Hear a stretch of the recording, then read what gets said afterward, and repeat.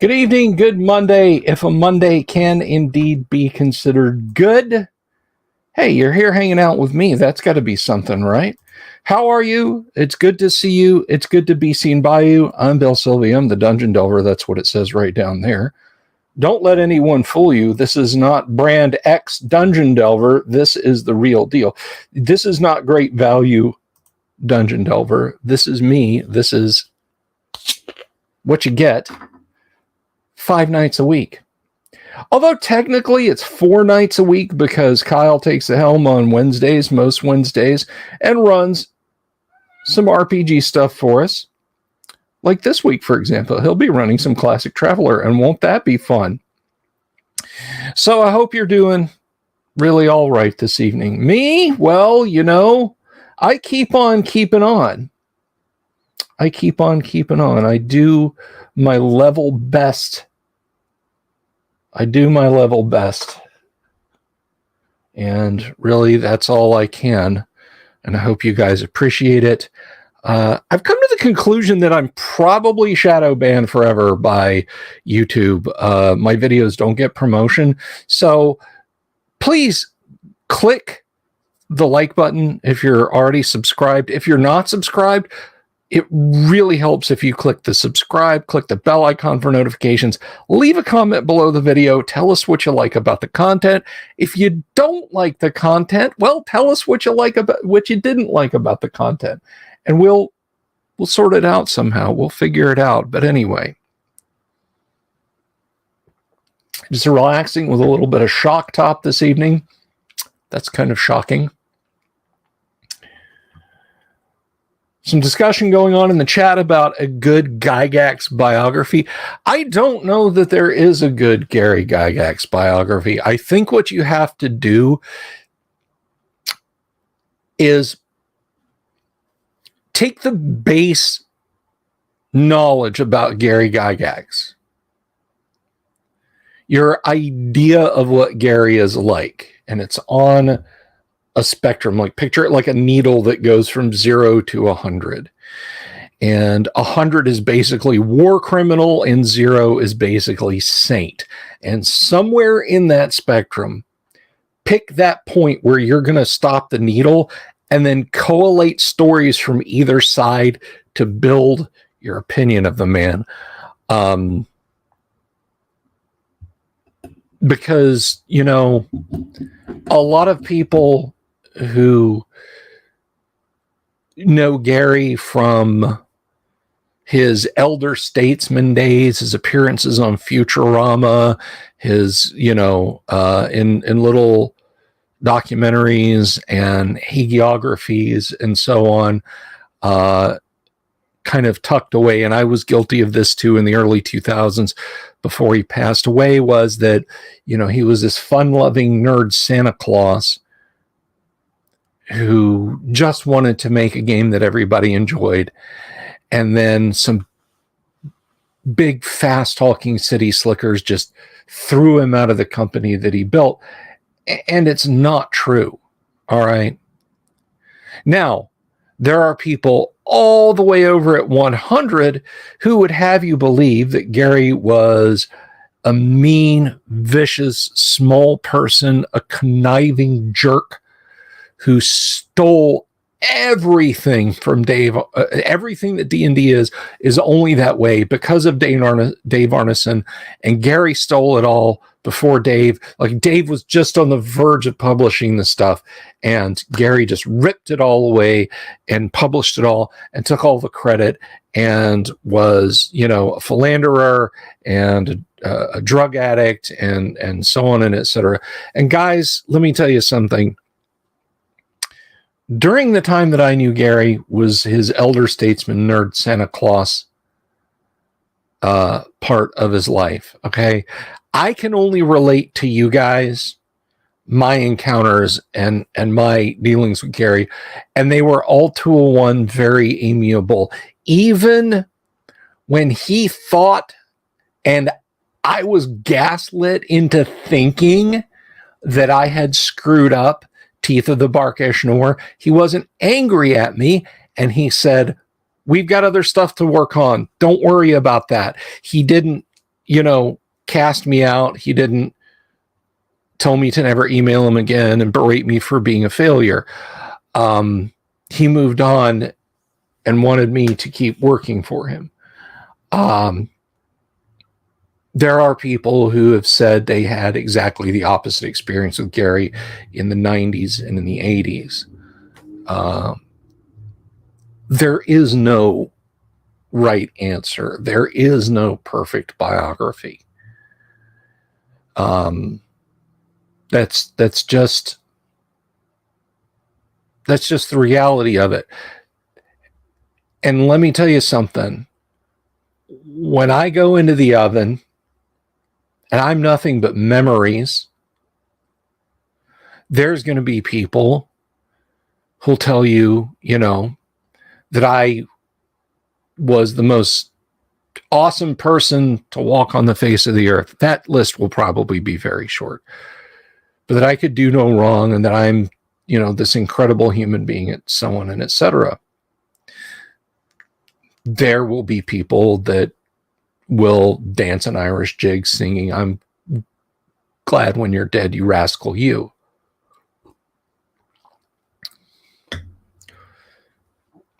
It won't be up to me. All right. There's legacies you can leave behind in life, regardless of what you do. There's legacies you can leave behind in life. I'd like to think that my net positives are big enough that but voices are very quiet and very few and very distant. More so than the but voices around Gary. But the reality is, there's been one perfect guy to walk this earth. And none of us, not me, not you, not Gary Gygax, are that guy.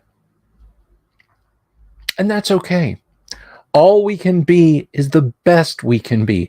Whether you entertain millions of people or whether you're just some lunatic who talks at a camera and hopes that someone on the internet listens to him. Or more or less. That's all you can do, brothers and sisters. As for me, I just wanted to play Dungeons and Dragons.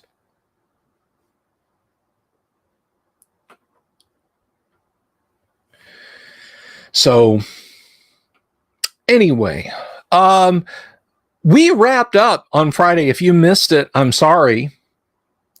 But on Friday, we wrapped up all of Deities and Demigods. We read the entire book, the unexpurgated book with the Elric and Cthulhu mythos in it, which you should seek out a PDF copy of if you don't want to pay hundreds of dollars potentially for an unexpurgated physical copy. Seek out the PDF, send it to Lulu, get yourself a physical copy. No, it didn't come from Random House in 1980. Yes, you've got something to slap down on your table and read and enjoy. Now, if you have an attack of conscience about it, like, I don't want to pirate that, get the unexpurgated PDF and buy Legends and Lore in PDF form. Therefore, it is effectively paid for. I don't like Wizards of the Coast. I don't like Hasbro. I don't like Nouveau Dungeons and Dragons. I don't have anything against the majority of the people who play it, but I respect them as the people who made the thing.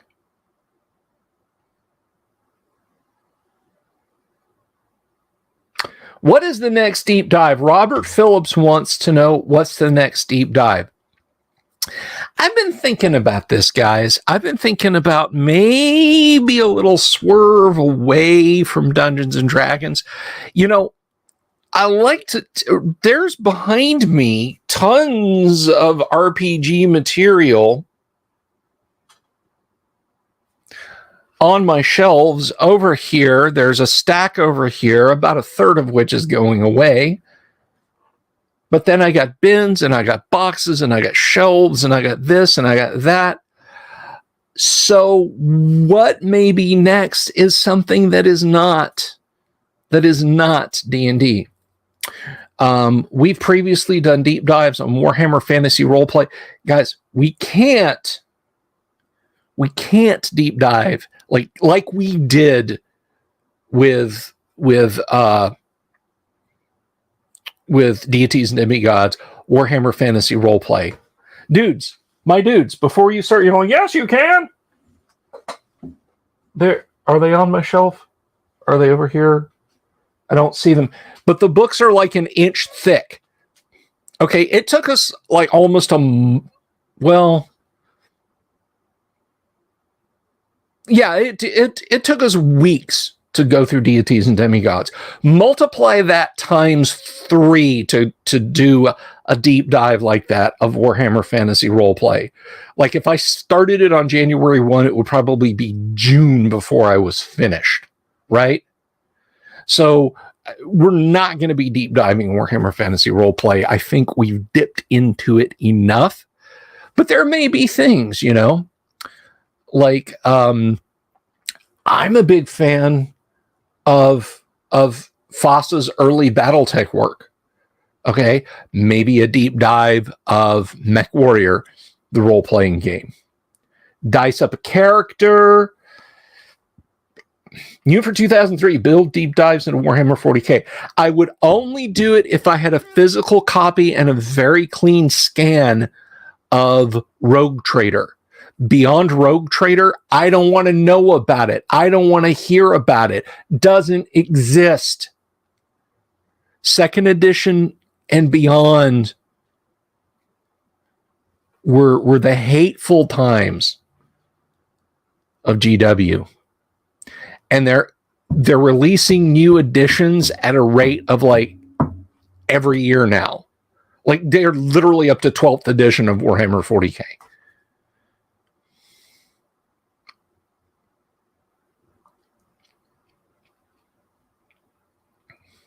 Starfleet Battles is another one that like I would deep dive Microgame 78 or Microgame 13 or whatever the microgame title of Starfleet Battles is. I would deep dive that, but I would not get into SFB because like there are binders full of rules. I'm in trouble now. I said binders. There are binders full of SFB stuff. What about Traveler? Chris, okay, so here's the thing. We kind of deep dive Traveler every Wednesday night that we play. Like when we made our characters in Traveler with Kyle, who's refereeing the Traveler game on Wednesday night, we kind of sort of already have deep dived into Traveler. So it's kind of every night on Wednesday that we deep dive. SFB has more I tell you what, there was a glorious time. Oh, younger gamers, let me tell you of the times before the rise of the sons of political correctness and when the seas drank kitchen sink small press RPGs. There was an age undreamed of, and unto this age, greebly little nitpicky war games where you filled in individual boxes to track damage and everything else were unto that age. SFB, BattleTech, to a lesser extent, Car Wars, and what was the other one? Renegade Legion that FOSSA put out. Oh, they loved their complex charts and tables and drilling down. That is pure mid 80s to mid 90s goodness. of tracking damage through systems. Evening, Yang and Zell.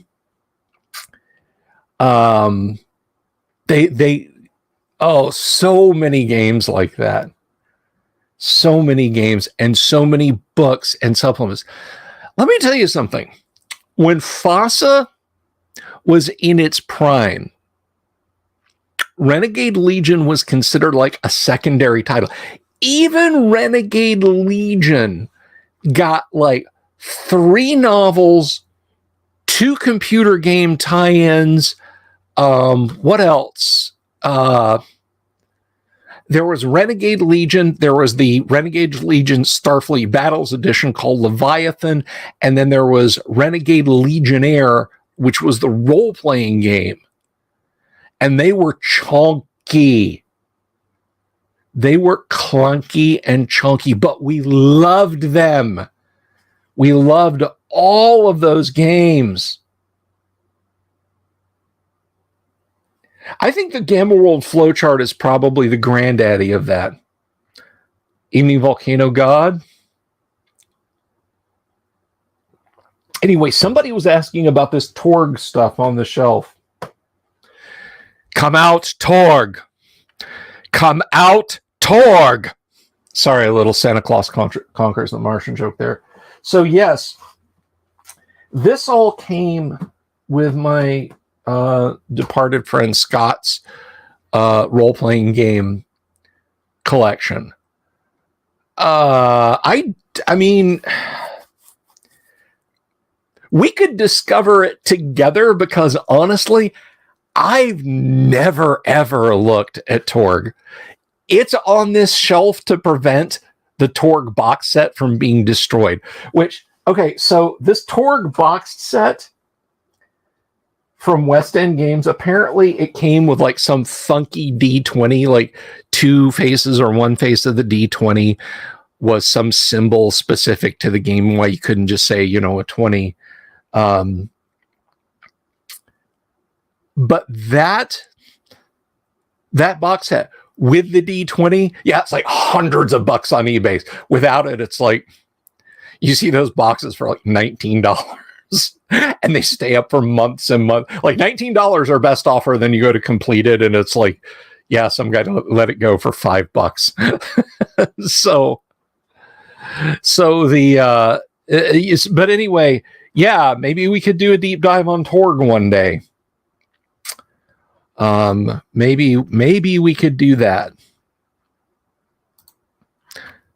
And I certainly wouldn't be averse to it. I certainly wouldn't hate it.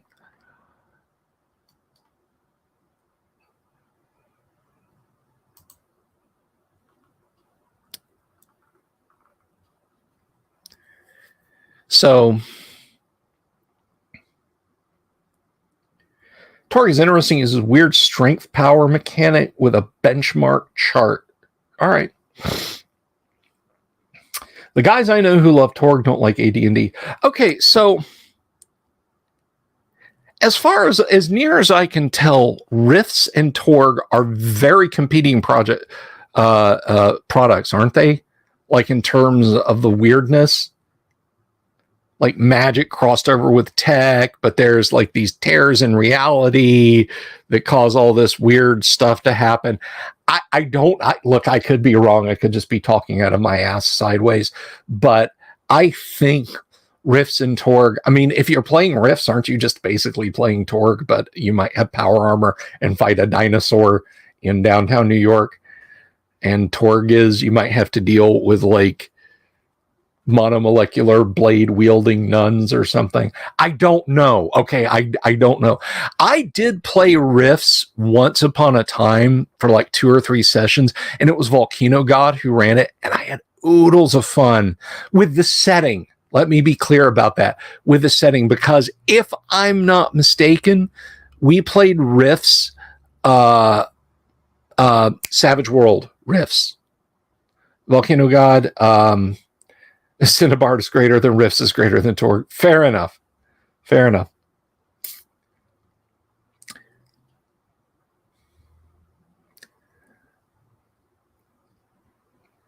I can honestly tell you that I do not own now, nor have I ever owned a copy of Cinnabar.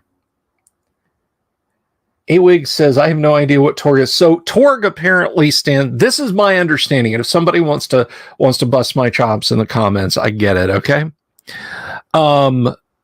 But Torg stands for the other role-playing game. I guess they dropped the P because it would be Torg. But anyway, while it was under development at West End Games, they had the IP license to Star Wars. Was like their big money maker, and anything else was just kind of off by itself. And so when it was referred to internally, because it didn't have a name, it was the other role-playing game. So you guys are working on the Star's End corporate sector source book. Yeah, and we're going to take some time this week and work on the other role-playing game.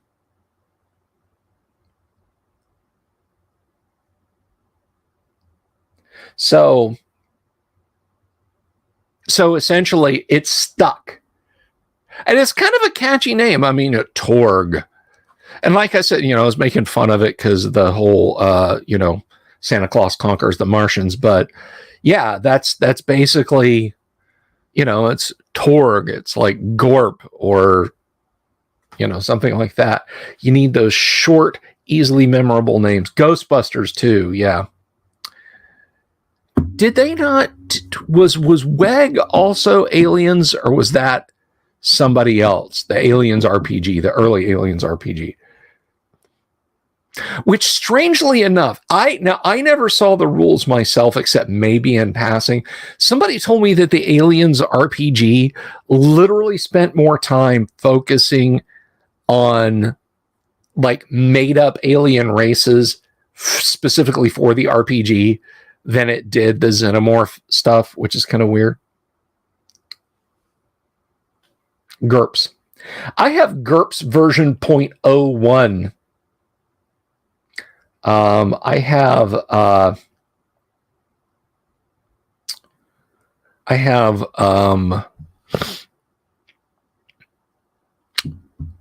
Dragons of Under-Earth from Metagaming Concepts, which has that 3-stat early GURPS kind of, 2D, 1D sort of system. And of course, I got this massive stack over here, courtesy of Volcano God, of Snapbox of Steve Jackson Games, Clickbox games, which all used that same mechanic, and it all kind of became GURPS, which is how we wound up with GURPS Ogre, GURPS Car Wars, so on and etc. I remember there was a time, and I think it was around 1996, there was an editorial. I want to say it was,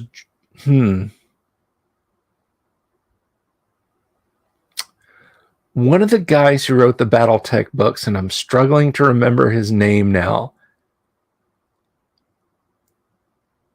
I gotta look this up because I'm gonna go nuts otherwise. Let me see. Stackpole, Michael Stackpole, that's who it was. Michael Stackpole said he kind of wrote an opinion piece talking about what he thought the next step for Dungeons and Dragons would be, because by 96 TSR was ailing, and he was opining that it might actually wind up being Steve Jackson Games that bought Dungeons and Dragons. Do I have Kung Fu 20?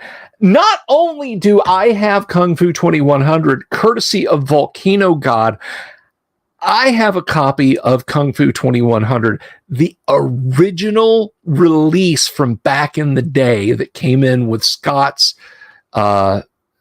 gaming library. So I have both Kung Fu 2100 in shrink wrap, the new release from SJG, and I have the original one.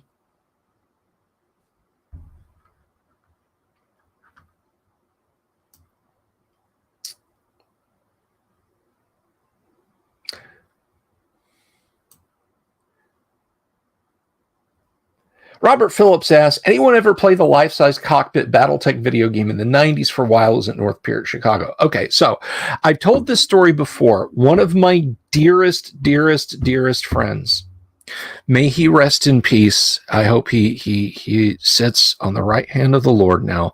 Eric Peterson was the chief engine coder of MechWarrior 2. The video game. Let me distinguish between the video game and MechWarrior 2, the RPG.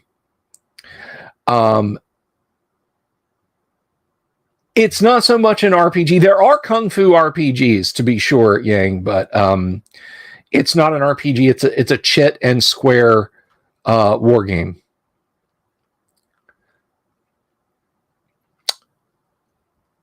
Anyway,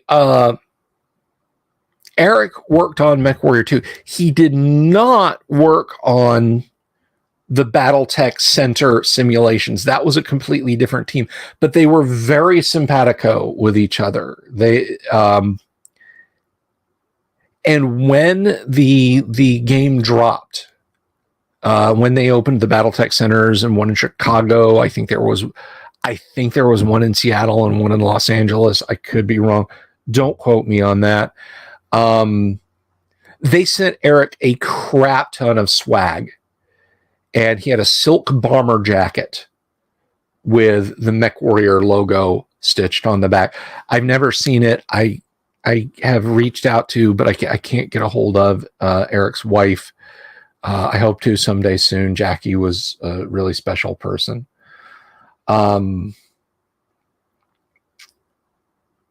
So there's a little bit of 6 Degrees of Kevin Bacon from yours truly. Do I have? Let me see if I can find it. Right on Iran. Dun, dun, dun. Okay. The little camera's not working, and I'm sorry for that. But there I have it. Kung Fu 2100. Boing. Fight. So Kung Fu 2100, probably typeface 2100 points too small. So a little baggie of chits. Thank you, Scott, for being obsessive about that. And we have locations you can fight in.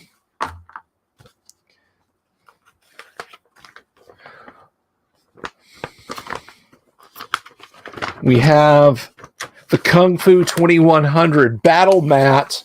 Look at that. Because, you know, you got to, and it's all squared up. And there's an ad on the back for Cardboard Heroes, Raid on Iran, 1-page bulge. Then we have the rules. The rules fold out right here. We have something called a jelly record sheet. I'm not even sure what's going on there, but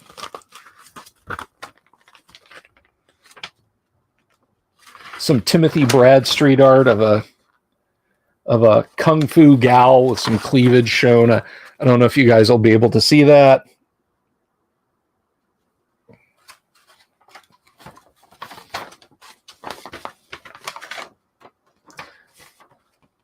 So there's a combat results table, and you know, you roll dice. It's very much a product of his day. If you guys want like a pure deep dive and not just a quick view of that, let me know in the chat. I tell you what. First super chat I get for $20 guarantees that this is the deep dive tomorrow. If you want to see this deep dive, a deep dive on Kung Fu 2100, all it takes is a super chat. And tomorrow, right there.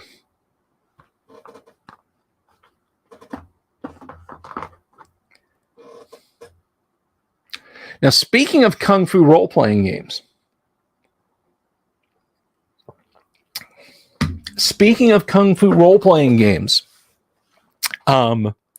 did you guys know? And this is kind of a rare-ish item. There is a World of Darkness. Yes, White Wolf released a Street Fighter role-playing game. Now, here's the thing. Back in the 90s, when WAD was tall in the shadow and could command such things, and they went to the company who made Street Fighter? Oh, I don't even know. Taito? Was it Taito? I think it was Taito. Anyway, they went to the video game company and said, hey, let us make a Street Fighter role-playing game. Or maybe they were approached by, I don't know, but they made the game. Now, here's the wild thing. I tell you what, Robert, if I had Capcom, thank you, Doomsword, Capcom. Bribery, you're gosh darn right, Bob Jester. You guys can buy whatever you want to see deep dived, and I'll do it within reason. I'm not going to sit here and read every page of Cinnabar because I don't have a copy. But anyway,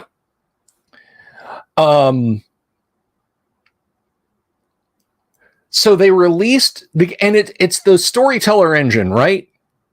You know, it's a very fast-paced system. I'll give props where props are due. Storyteller is an extremely streamlined, slick system. Where it slows down is when you get some douchebag in a designer colostomy bag insisting that he's Count Dracula, and you're just like, I just want to get past you and get a 6-pack of beer. Can you guys go LARP outside? All right. Anyway.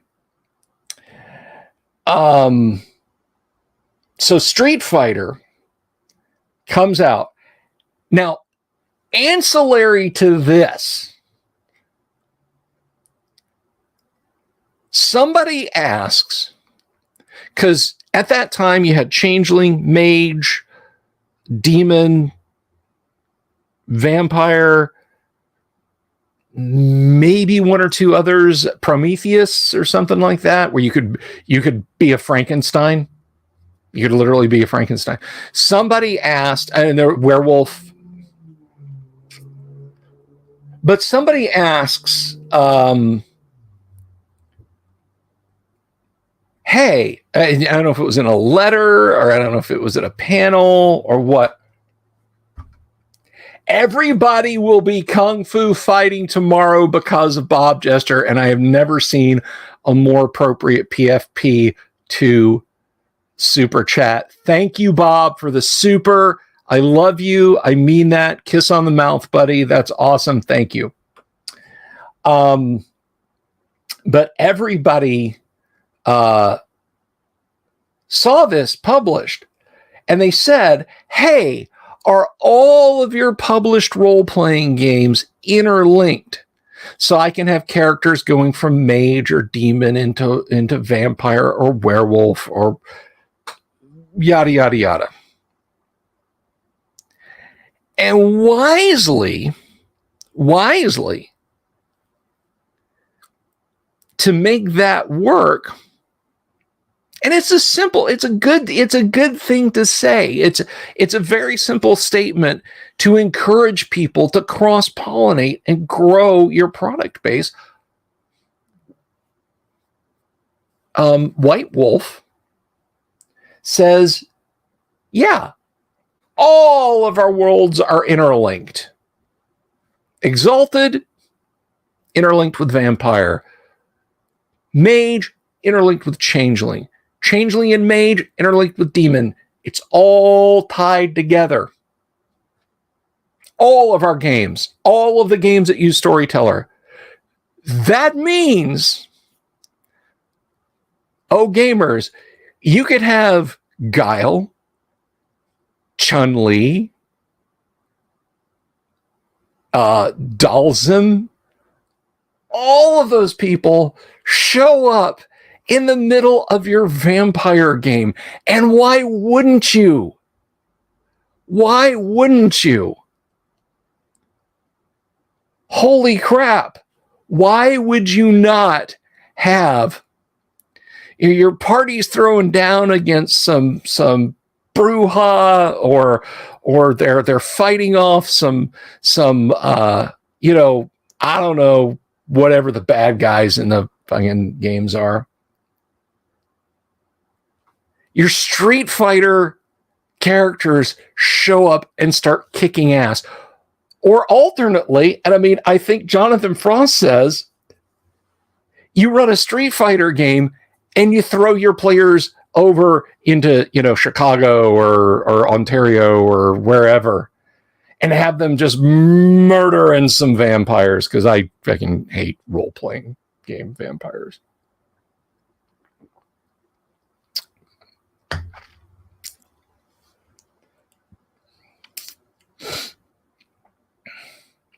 Bob says, I always wanted to try Dragon Fist derivative AD&D 2E, but all the PDFs were easily over 900 pages. Oh my Lord, that's sneak that into work and print out 30 pages. It used to be pretty easy to do that. When I was at Star Systems, like I was an IT guy, I decided I want an HP LJ4P printer on my desk. I went over to the commo closet, or not the commo closet, to the supply closet. I just grabbed one and set it down, put an asset tag on it, scanned it in, and assigned it to me. And my boss, Eric, said, well, you got a 4P laser printer in your cube. I print stuff out, such as instructions for HydroNet for users. Okay. And so, yeah, and it was local. Like, I didn't plug it into the network. The problem now is, like, you do that and somebody pulls an asset audit, and they're like, they can look at the pages you printed. Can't murder a vampire. They're dead already. That's very true. Burp. Pardon me. I should do a review one day. Speaking of wizards, we should do like I don't know. I mean, this would almost be pre-recorded video territory, which I'm going to be doing more of in 2023. That's something, because we were going to talk about stuff coming up for 2023. But anyway, like, I have been thinking, like, I would really like to review Wizards. I would really like to look at the D&Dist perspective of Stranger Things and so on. But I think that's almost better pre-recorded video quality, and not even pre-recorded video like I'm sitting here and putting stuff up on screen and waving my hands around like I just don't care. By the way, if anyone does not want to see Kung Fu 2100 tomorrow, if you outbid Bob, I'm just saying. But anyway, so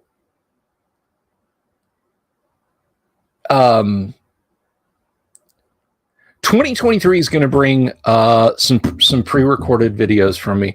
Guys, the live streams don't get it. And it's not you guys, and it's not me. And I'm still going to hang on a second. All right. I realize I may have just stood up and said something offensive at the Thanksgiving table. Let me back up. I'm still doing the live streams. This is more content that's going to come. I'm not going to back off on content. But I'm going to work on this stuff like on the weekends and then release it over the week. So like a review of Wizards, Ralph Bakshi's Wizards, and Rock and Roll, and Heavy Metal, and Heavy Metal 2, and Fire and Ice, and all that wonderful weirdness in animation. I don't think anybody's gonna out super chat you, Bob. I think you're plenty safe.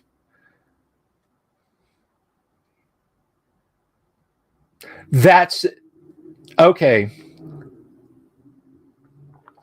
I both exalt you and say, you got to be careful, Baron. But anyway, I'll get back to you. You sit right there and think about what you did. I'm going to get back to you in a minute.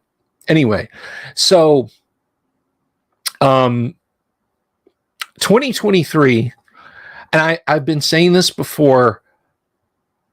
We're gonna be doing Tales of Tabletop Triumph. That's a thing that's going to happen. We're going to. I'm going to be bringing you a couple different types of pre-recorded video. Now, it won't be 5 a week. I would run out of material like that for Tales of Tabletop Triumph. So it would maybe be a couple a week at the most. So that's coming. A few little tweaks here and again. Some of it may be behind the scenes.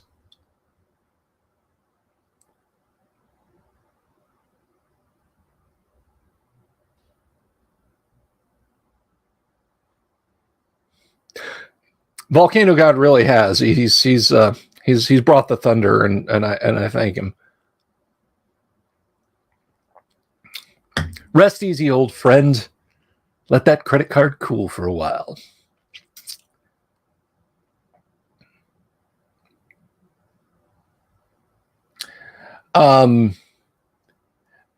But yeah, no, there's going to be a lot of a lot of cooler content coming.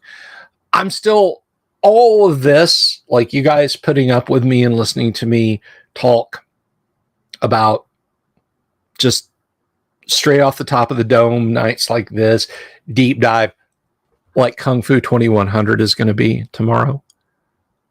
That's still going to happen. I'm still going to do like 3D prints. Oh, that's a thing I wanted to mention, 3D prints. And I'll get to that in a second. But there's a fair amount more of content. I mean, if all I ever did was deep dive stuff, I could probably go until 2024 deep diving core AD&D books. And by core, let me tell you, Monster Manual, Player's Handbook, Dungeon Master's Guide, Fiend Folio, Deities and Demigods, Monster Manual 2, Unearthed Arcana, and yes, even Oriental Adventures, but that is where it stops because, boys and girls, I am sorry, the only thing from an AD&D context that Manual of the Planes, WSG, and DSG are good for are jumbo-sized snack trays. And I've said as much before.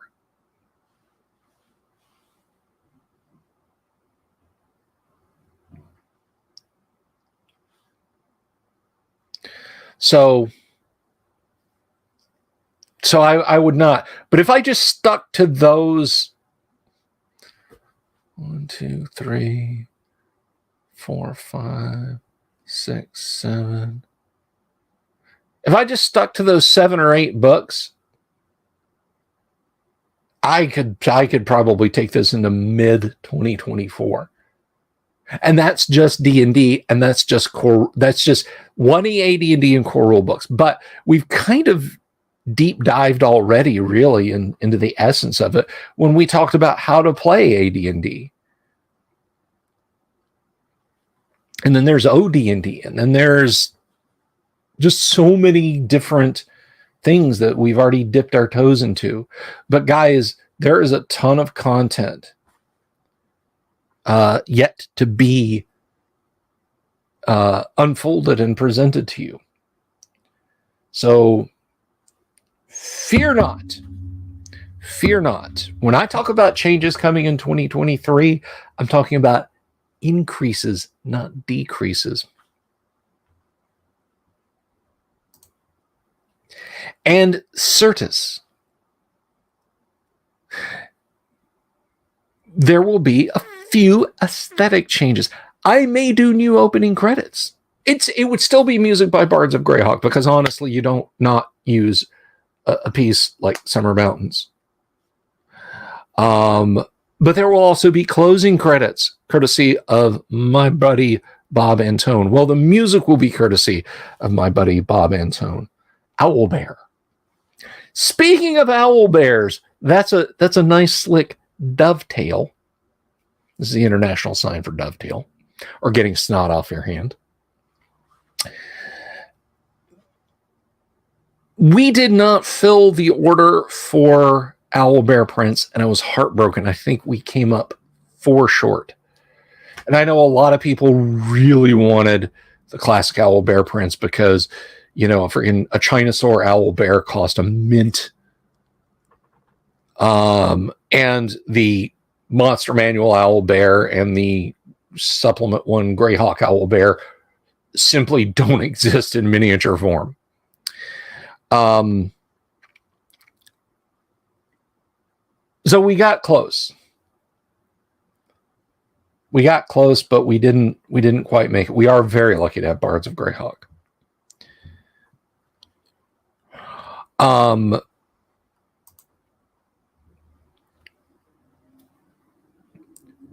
We are 3 pre-orders. We're closer with the pre-orders of the 3 pose set of Warduke miniatures. And let me show you. Let me show you. So I'm going to find this here. Where is it?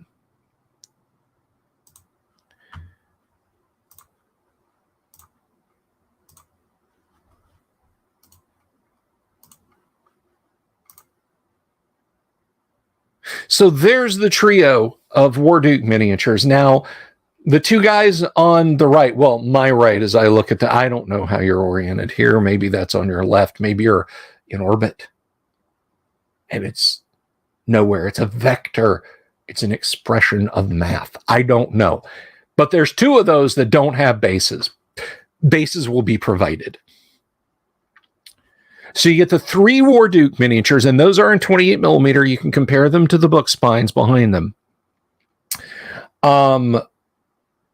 Those guys, there are 3 sets left. They are $30 each. That's $10 a miniature, which these days you can't really go wrong with.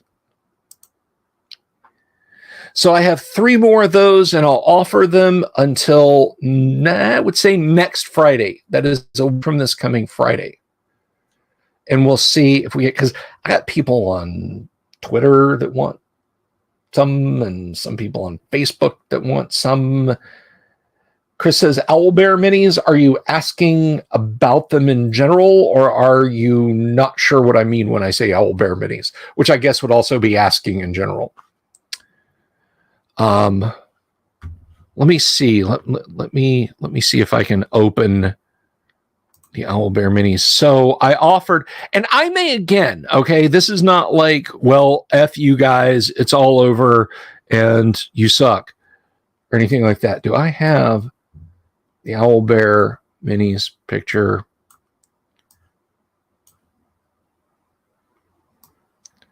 I'm looking.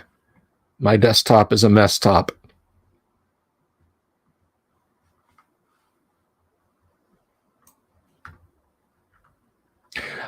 Oh, you're lacking context. Okay, so well,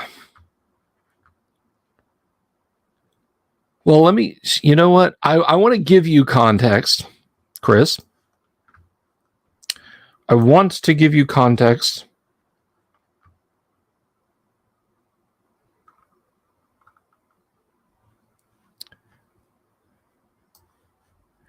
But basically, there are 3 owlbears. They're the classic AD&D owlbear, the OD&D owlbear, and the they are no here. Well, let me see if they're on the Discord.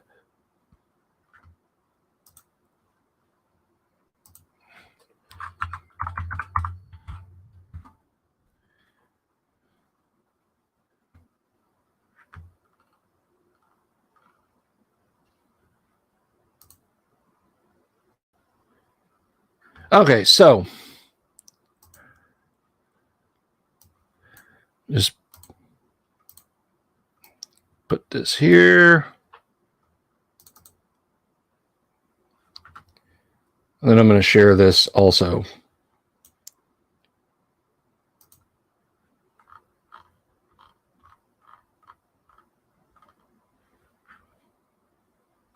Let me give you context.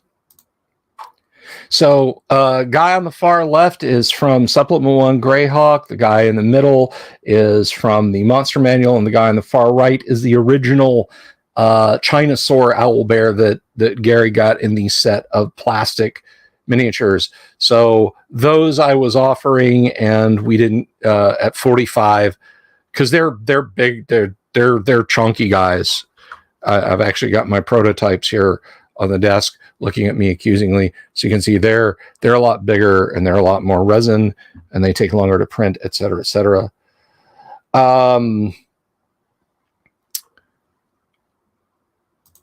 So those guys I was offering, and we came close. But I guess it wasn't for folks.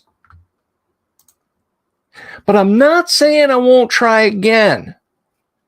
I'm not saying I won't offer them again, maybe after the first of the year. You know, when people are broke and have no money to spend on crap like that, when they're staring down the barrel of taxes and they just got done getting through a holiday season where they had to feed 40 people and buy presents for 80 more. Exactly the right time, you know, and they're trying to save up for a vacation. So the perfect time to offer up a set of 3D printed minis is probably when I will put those up, because I am nothing if not possessed of a sense of good timing. Why, I've heard that streaming tabletop role-playing games might be the next big thing. We'll have to see. I may get into it. I may not. Boltzmann brains lack context. Oh, you're welcome, Chris.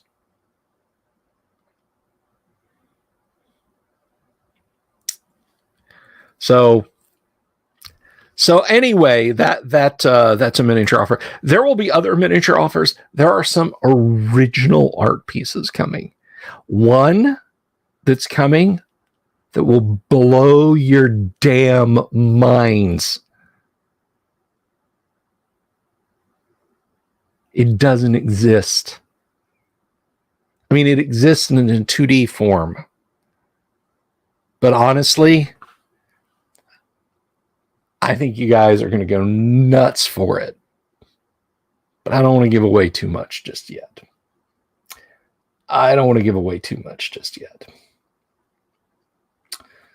But anyway, so that's all coming now. Now this week, this is Thanksgiving week.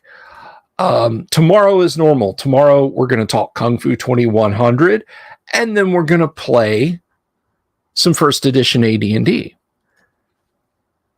Wednesday night, I will talk to my co-hosts because Australia is in like a different time latitude, and there's vectors, and you have to do math functions with the bleep bloop and the calculator.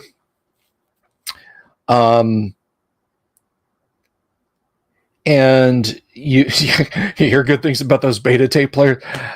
I don't know. Pre-recorded home video. Who wants that? You know, just stay at home and watch what you want. I tell you what, somewhere out there, moldering in an attic or storage shed or storage space, is a Sony Video 2000, or I can't remember. Basically, it's like a helical scan videotape that was like that thick, but like half the size of a VHS tape. It's about the size of a sandwich, but like 5 times as thick. There exists no first broadcast of Monday Night Football. The first game ever played on Monday Night Football does not exist. ABC doesn't have an archive anymore. They wiped the tapes that spring so they could reuse them. Somewhere out there, I promise you, somebody has a home recorded copy, and it's sitting in a shelf somewhere. If you could turn that back over to the NFL, you could make bank. Anyway, I wandered.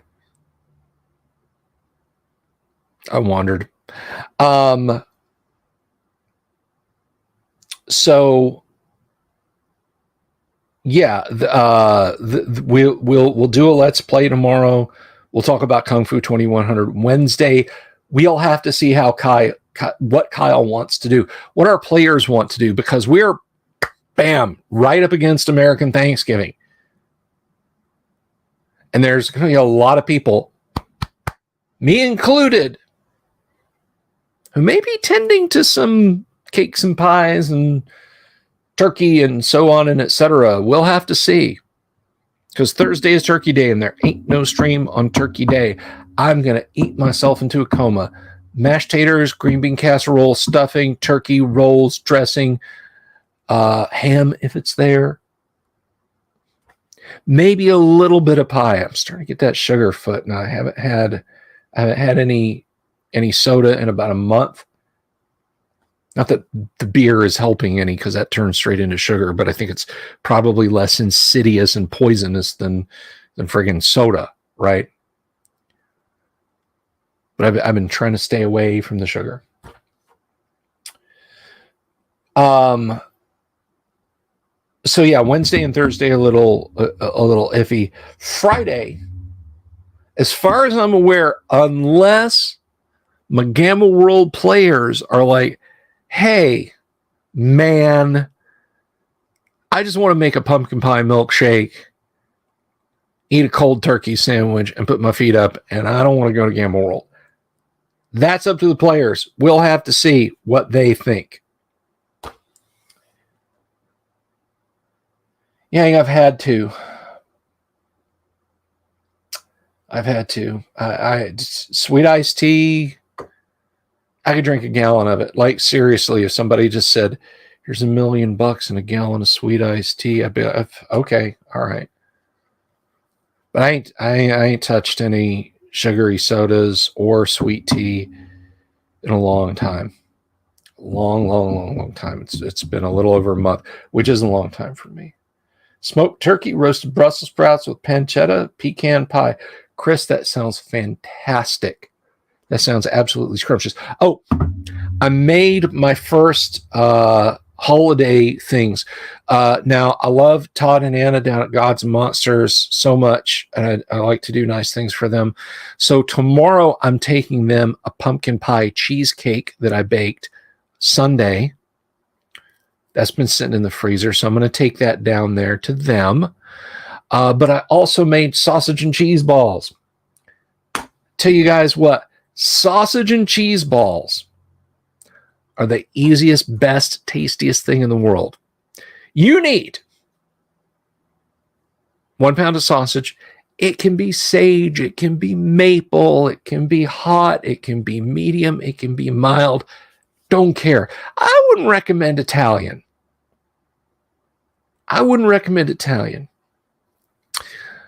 So you need 1 pound of that.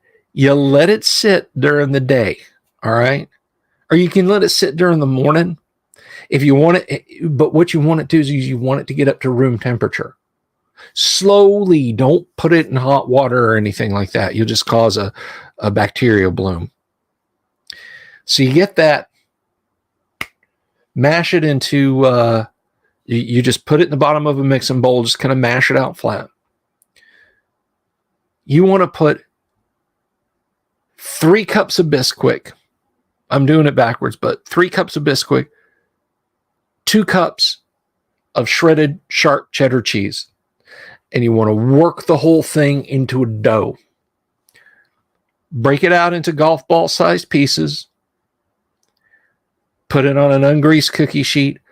Bake it for 20 minutes at 425. Let me tell you what, that is the best just sitting around the house holiday snack. I love it. Whole turkey just for Todd. That's right.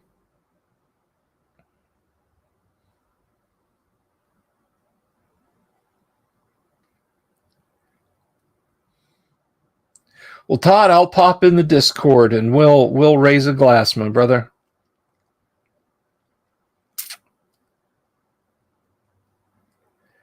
So sausage and cheese balls, man, they're the best thing in the world. You can put them in the fridge. You can have, now my nephew liked them with mustard and ketchup. Like he'd get some mustard and ketchup and eat them with that. I like them just like they are. But sausage and cheese balls are the bomb. I love sausage and cheese balls. I love lamp. I don't fucking know.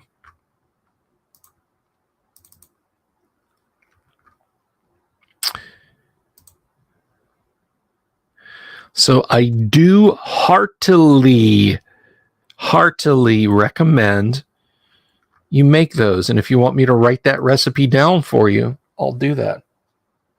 Oh, Chris, I can't even, dude. You can eat yourself stupid with those. If you keep them like golf ball sized or a little bit smaller, they make like 3 dozen. Now, if you're like me, when I first started making them and you make them, they're like that big. It's like 2 of them. You're like, oh.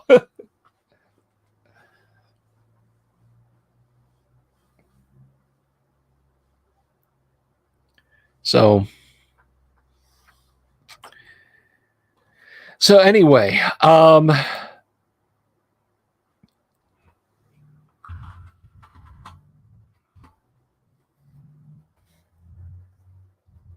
you need a Dungeon Delver cooking stream. Well,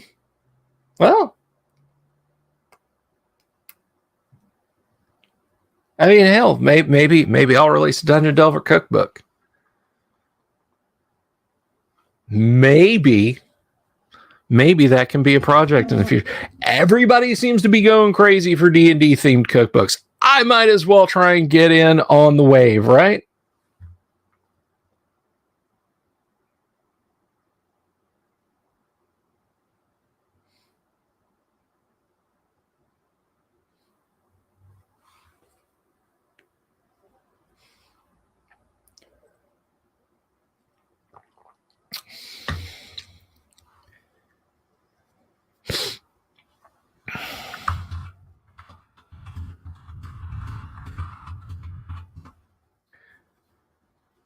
Anyway, yeah, did I deny it? I did not.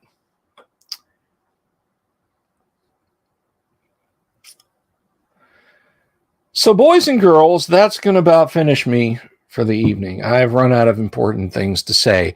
So here's what you do. If you want a set of the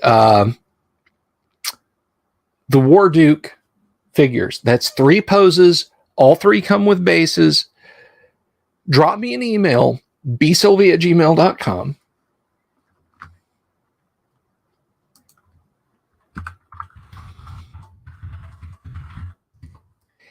And in the subject, put War Duke reservation. In the body, your name, your address, and how many sets you wish to reserve. There are 3 remaining. If you want all 3 because you want stocking stuffers,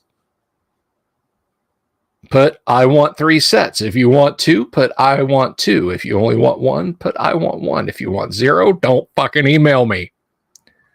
But if you don't put anything, I will presume that you want 1. And if you come back and but I wanted 3, well, you didn't get 3. You didn't ask for 3.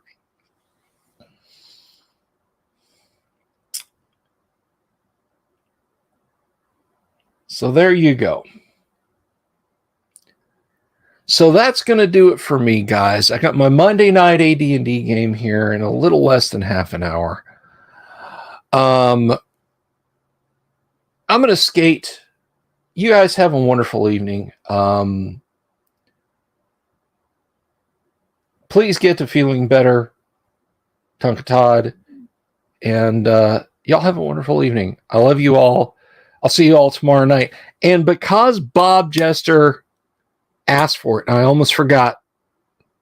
I got to thank the right people. But because Bob Jester asked for it, we are going to do Kung Fu 2100 Deep Dive tomorrow night. So let me say, before I go, thank you to our patrons and our Subscribe Star members. So thank you to Joshua Garlock, Lord Corion, Ricky Maru, Mobius, Kevin Reynolds, Doomsword Deathmaster, Mark Simpson, Damien247, James F. Keck, William Smith, The Dungeon Minister, Manny Wall, Mark Corey, Kevin Wood, Todd Sharp, Carnivore Farmer, Rob, Jeremy Rule, Bo Ganora, Mikey Mank, Sky Hernstrom, Pete Sullivan, the DM's Council, and Baron Von Headbanger. I appreciate it endlessly, guys. I absolutely appreciate it. Have a wonderful evening, and I'll talk to y'all tomorrow. Peace.